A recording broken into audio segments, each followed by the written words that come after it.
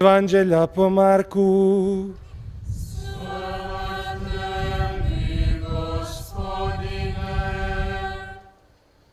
U onaj dan reče Isus svojim učenicima: prijeđimo prijeko. Oni otpuste mnoštvo i povezu Isusa kako već bijaše u lađi, a pratile su ga i druge lađe. Najednom nastaže stoka oluja, na lađu navale valovi, te su je već gotovo napunili. A on na krmi spavaše na uzglavku. Probude ga i kažu mu: učitelju, zar ne mariš što ginemo? On se probudi, zaprijeti vjetru i reče moru: utihni, umuhni. I smiri se vjetar i nasta velika utiha.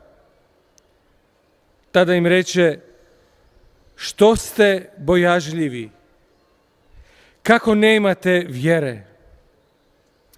Oni se silno prestrašiše pa se zapitkivahu: tko li je ovaj da mu se i vjetar i more pokoravaju? Riječ Gospodnja. Slava tebi, Kriste. Evanđelskom riječi uništili se naši grijesi.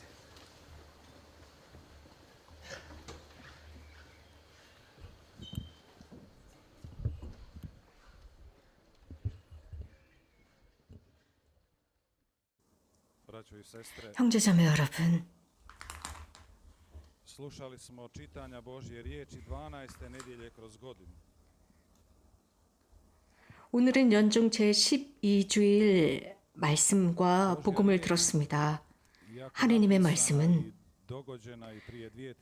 기록되었고 2000년 전에 우리들에게 전승되었지만 그 말씀은 현재 우리들을 향해서 하시는 말씀입니다. 우리들에 관한 말씀입니다.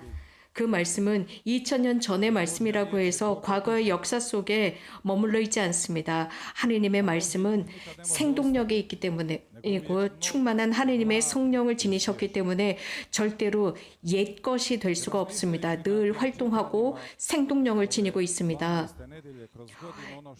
연중 제12주일 이 말씀들은 바다와 연결되어 있는 말씀이었습니다. 욥기에서의 바다, 복음에서의 바다. 바다는 놀라운 하느님의 창조입니다. 하느님의 피조물입니다. 그래서 모든 사람에게 아주 흥미롭고 큰 장관을 보여주고 있습니다. 바다를 바라볼 때 그 바다는 끝이 없는 것 같습니다. 매우 거대한 공간입니다.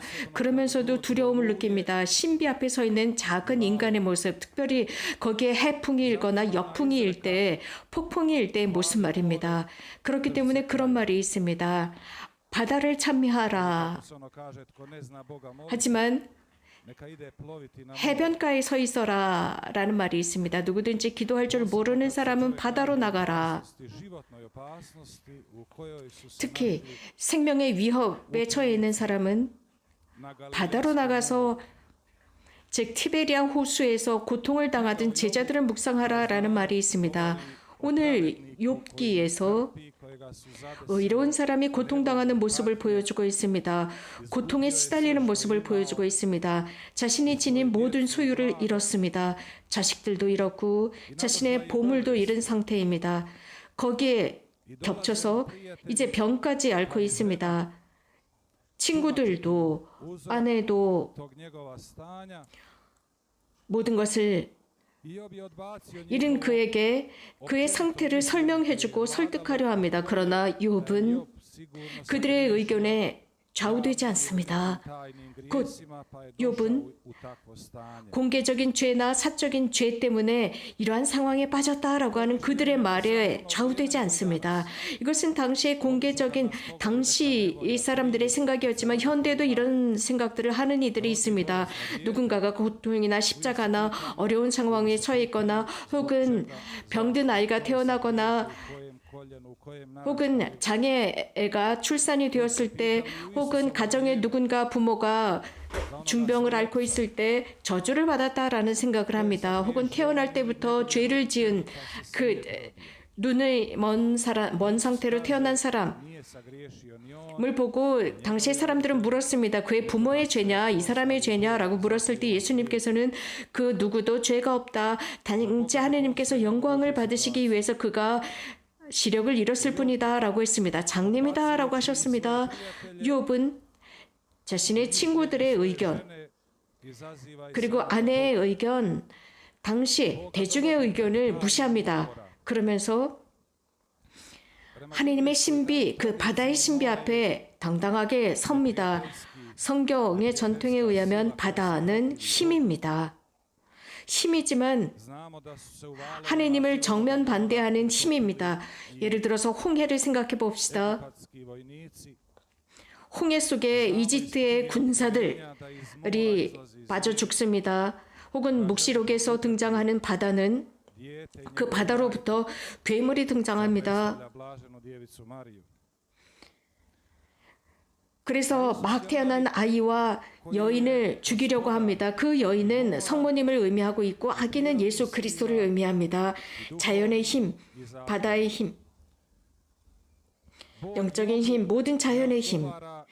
그러나 하나님께서는 욥에게 단순한 답을 하시지 않습니다.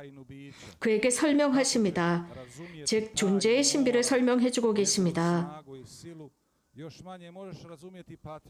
바다의 힘을, 바다의 그 엄청난 힘을 이해하는 것과 고통을 이해하는 것, 거기에는 단순한 답으로는 도저히 해결되지 않습니다. 고통이라고 하는 것 쉽게 거기에 대한 답을 줄 수 없습니다.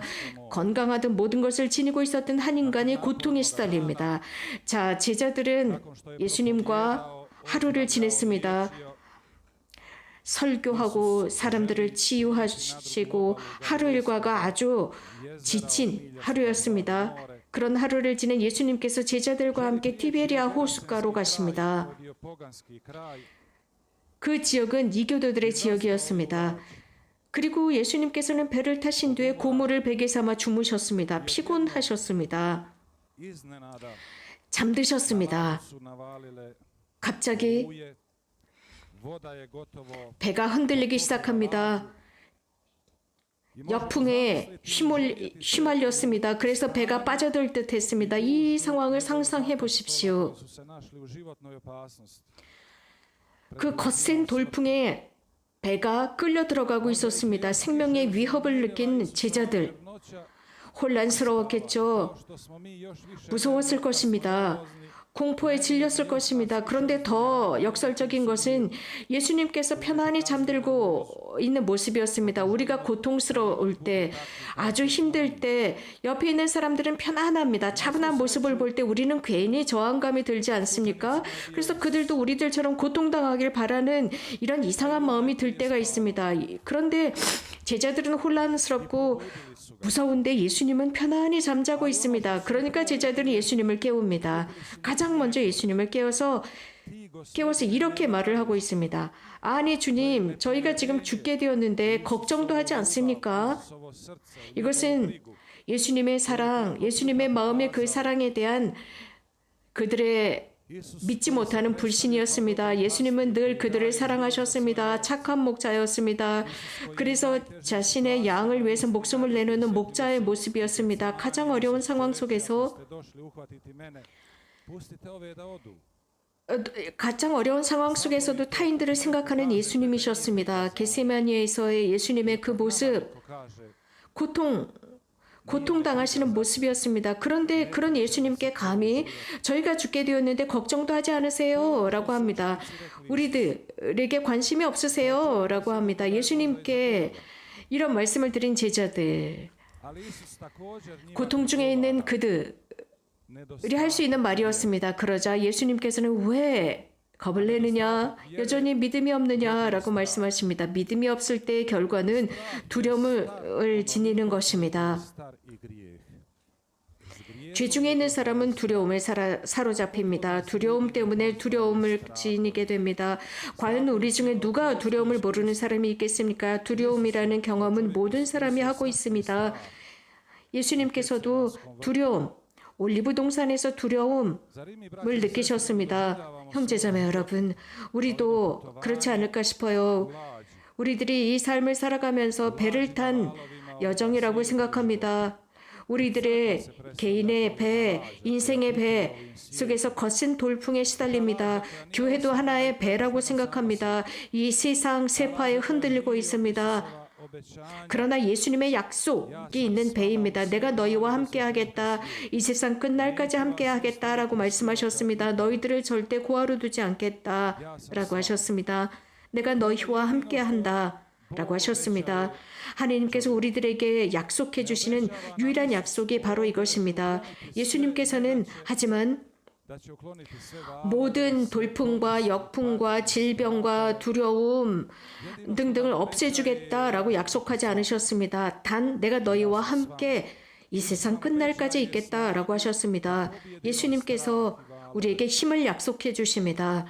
승리할 수 있는 힘입니다. 돌풍과 역풍을 이길 수 있는 힘입니다. 메주거리에는 하나의 배라고 생각합니다. 40년 동안 이 세파를 여행하는 배라고 생각합니다. 이 배는 역풍과 돌풍과 바람에 시달리고 있습니다. 흔들리고 있습니다.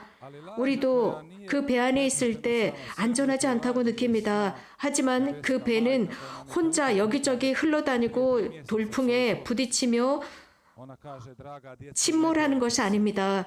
분명한 약속이 있습니다. 석 달 전에 성모님께서는 두려워하지 마라, 희망을 잃지 마라 라고 성모님께서 말씀하셨습니다. 시련을 두려워하지 마라. 하나님께서 모두 보고 계신다. 기도하는 사람은 미래를 두려워하지 않고 단식하는 사람은 악을 두려워하지 않는다 라고 하셨습니다. 성모님께서는 우리들의 삶과 비슷한 삶을 사셨습니다. 우리들에 관해서 40년 동안 말씀하고 계십니다.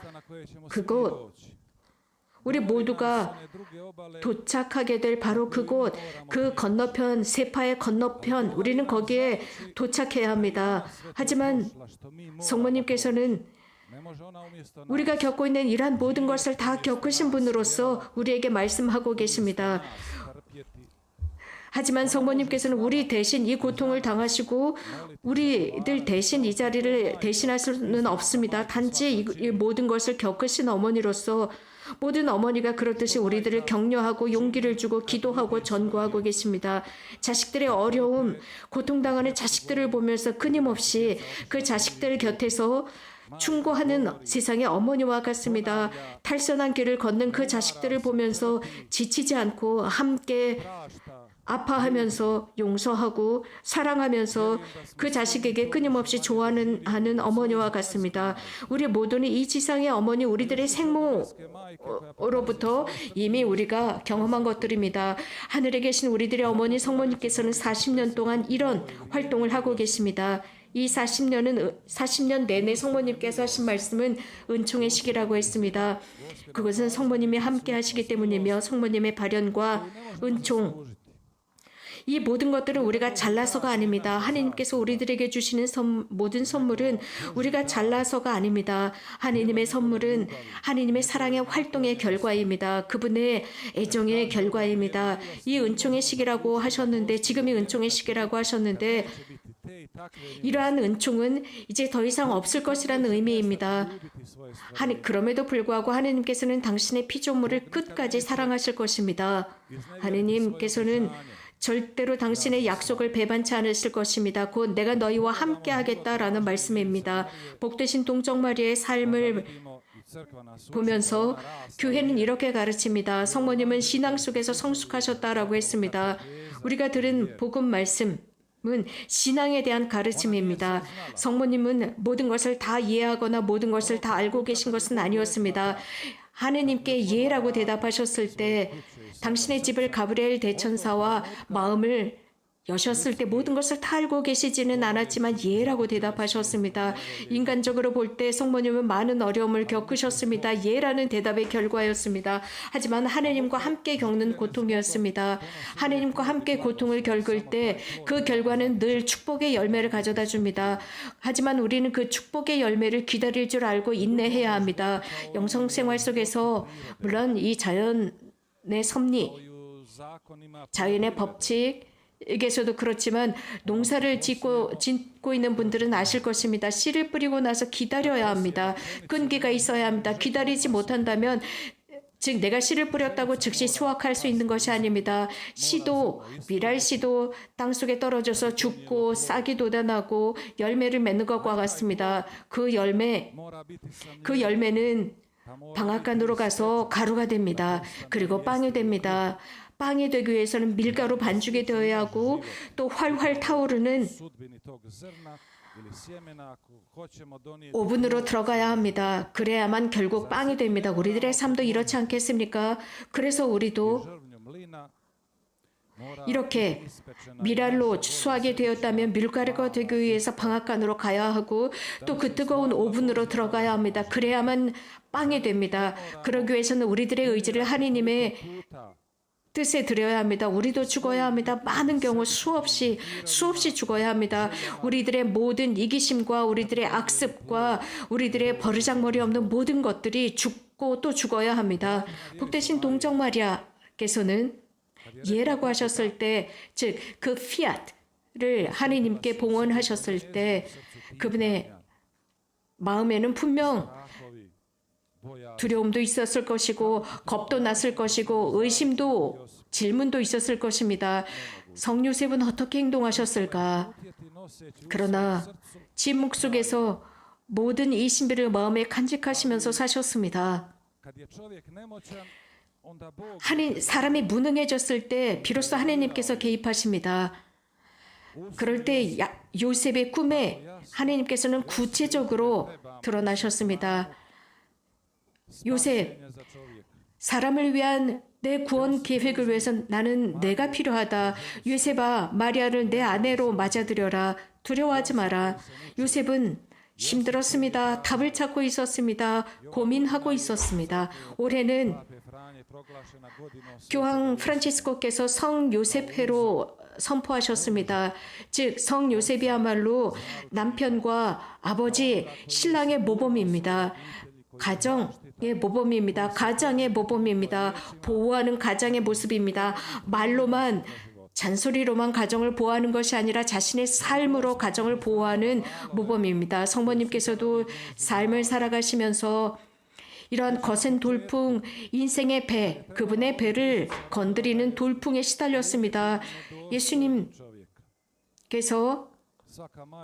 태어나실 때도 인간적인 조건 속에서 이 예수님께서 탄생하신 것이 아닙니다. 성모님께서도 임산부로서 이러한 모든 인간적인 조건 속에서 아기가 태어나길 바라셨지만 마국간에서 예수님이 태어날 수밖에 없었습니다. 아주 심각한 악조건 속에서 성모님께서는 출산하셔야 했습니다. 이런 속에서 하느님을 기다려야 했습니다. 이집트로 피난 가셨을 때 얼마나 힘드셨을까요? 그 순간에 왜 하느님께서 당신의 아드님이라고 하셨는데 왜 개입하지 않으실까라는 의문이 들지 않았을까요? 그럼에도 불구하고 죽을 고비를 넘기면서 이집트로 피난하셨습니다. 많은 거센 돌풍이 성모님의 배를 흔들었지만 그분은 굳건하셨고 충실하셨고 믿음을 지닌 동정녀였습니다. 어려움 속에서도 믿음을 잃지 않으셨습니다. 우리가 어려울 때 믿음을 유지한다는 것 쉽지 않습니다. 많은 어려움과 많은 유혹이 올 때 믿지 않으려는 많은 여러 가지 유혹들이 있습니다. 많은 설득력 있는 여러 가지 핑계들이 있지만 끝까지 나가야 합니다. 메주거리의 사건도 마찬가지였습니다. 모든 하느님의 활동은 이러한 시련에 단련되고 또 단련됩니다. 아시지 프란치스코 성인께서는 이런 말씀을 하셨습니다. 어떤 누구도 시련이라는 불 속에서 단련되지 않으면 하느님의 친구라 할 수 없다라고 했습니다. 메주고리에도 이런 시련에 대한 답이었습니다. 40년 동안 단련되고 또 단련되고 인간적이고 형식적이고 지상적인 모든 단련 속에서 지금까지 달려왔습니다. 하느님께서 하신 일이기 때문에 어떤 누구도 파괴할 수 없습니다. 하느님께서는 당신의 법을 이행하셨습니다. 그것은 자연 속에서, 삶 속에서, 인간의 삶 속에서 그렇습니다. 인간이 알지 못하는 하느님의 법입니다. 사람이 태어났을 때 자연의 법칙을 발견합니다. 하느님께서는 당신의 법을 인간 속에도 각인시키셨습니다. 그런데 현대인이 이러한 하느님의 법을 바꾸어 놓으려고 합니다. 그래서 인간은 남자와 여자라는 하느님의 법임에도 불구하고 무엇인가 다른 것을 만들어내려고 합니다. 성평등이라는 이유로 또 다른 성을 만들어내려고 합니다. 그렇기 때문에 평범하게 산다는 것이 얼마나 어려운지, 가장 어려운 시대가 바로 이 평범하게 산다, 하느님의 법대로 산다 라고 하는 이 법을 지키는 게 가장 어려운 시기가 바로 지금이라고 생각합니다. 그래서 유행은 여러 번 바뀝니다. 유행처럼 이렇게 또 다른 성을 만들어내려고 하지만 유행은 내일, 모레가 되면 또 바뀝니다. 그러나 하느님의 법, 하느님께서 만들어주신 법은 바뀌지 않습니다. 절대 바뀔 수가 없습니다. 하느님의 법은 지나가는 유행이 아니기 때문입니다. 하느님보다 훨씬 더 지혜롭고 똑똑하다고 생각하던 많은 사람들은 다 죽고 없습니다. 더 이상 어디에도 그 흔적을 찾아볼 수 없습니다. 하느님만이 영원하십니다. 모든 법을 넘어서는 분이 그분이십니다. 그렇기 때문에 예수님께서 한마디로 이 거센 돌풍을 잠잠히 하셨습니다. 잠잠해져라, 조용히 하여라 라고 했습니다. 또 가파르나움에서 악령에 시달리는 사람에게도 예수님께서는 한마디로 그를 잠잠하게 하셨고 쫓아내셨습니다. 하느님의 이 법은 어떤 것도 모든 악령도 쫓아낼 수 있는 법입니다. 형제자매 여러분, 거센 돌풍 속에 계십니까? 믿음을 잃지 마십시오. 우리들의 자잘한 돌풍들이 우리들의 삶 속에서 우리들의 인생의 배를 건드리고 부딪히고 있습니까? 침투하고 있습니까? 하지만 여러분들이 이 강론을 들으시는 중에도 여러분들은 의사로부터 어떤 중병에 대한 진단을 받으셨습니까? 제가 강론을 하고 있는 이 와중에 여러분들의 자녀들이 재정적인 문제가 있습니까? 주식에 실패했습니까? 혹은 큰 사업에 실패했습니까? 이런 모든 것들이 여러분들에게 역풍이 됩니까? 그래서 우리들의 삶의 배를 침몰시키려고 하고 있습니까? 여러분, 거기에 빠져들지 마십시오. 예수님께서는 믿음을 지니라 했습니다. 겁을 내지 말라 했습니다. 성모님은 분명 말씀하셨습니다. 기도하는 사람은 미래를 두려워하지 않고 단식하는 사람도 미래를 두려워하지 않고 악을 두려워하지 않는다 했습니다. 성모님께서는 내 아들 앞에서 너희를 위해서 전구하고 있다라고 말씀하셨습니다. 오늘 복음 말미에서 제자들은 예수님과 가장 가까이 지냈던 이들이었습니다. 그래서 그들은 예수님을 만질 수도 있었고 예수님을 직접 바라볼 수도 있고 손을 잡을 수도 있었습니다. 그랬던 사람들이 겁을 내고 믿음을 잃었던 것입니다. 결국 그들은 자기들끼리 속삭입니다. 도대체 이분이 누구시기에 바람과 호수까지 복종하는가? 사탄은 예수님의 정체를 분명히 알고 있었습니다. 당신은 하느님의 아들이라고 했습니다. 왜 우리를 방해하러 오셨느냐라고까지 사탄은 악령들은 말합니다. 그들은 이렇게 영이기 때문에 알고 있었습니다. 그런데 제자들은 예수님이 누구인지도 그렇게 가까이 지냈음에도 몰랐습니다. 여러분, 두려워하지 맙시다. 우리들의 삶에 모든 태풍과 강한 바람이 분다 할지라도 두려워하지 맙시다. 마지막에 모든 결정권은 하느님의 손에 달려 있습니다. 우리가 아닙니다.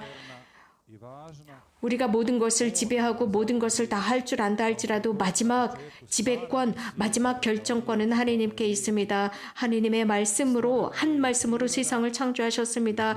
모든 법을 그분께서 만드셨습니다. 모든 인간도 그분께서 만드셨습니다. 그렇기 때문에 우리는 razgolićeni do 그 말씀 앞에 겸손해져야 합니다. 그분의 말씀 앞에 모든 것을 벗어놓아라, 내려놓아라입니다. 이 세상에서 모든 것을 다 취하고 성취하고 소유했을지라도 우리는 그것을 가지고 갈 수 없습니다. 우리가 이 세상에서 할 수 있는 유일한 것은 희망과 믿음입니다. 많은 어려움 속에서도 믿음을 잃지 않는 것입니다. 이것이야말로 우리가 예수님께 가지고 갈 수 있는 유일한 요소입니다. 또 감사하는 마음을 지닌 사람들, neba koji nas pohvala 천국으로부터 오는 그 선물을 10 godina 알아보는 사람들, 그것을 40년 동안 천성 어머니께서 이곳에서 오셔서 우리들에게 하시는 말씀을 알아보는 사람들입니다. 굳건하고 용감해지고 앞으로 나가라고 말씀하십니다. 성모님께서 경험하신 그것, 전능하신 하느님의 사랑, 전능하신 하느님의 은총입니다. 아멘.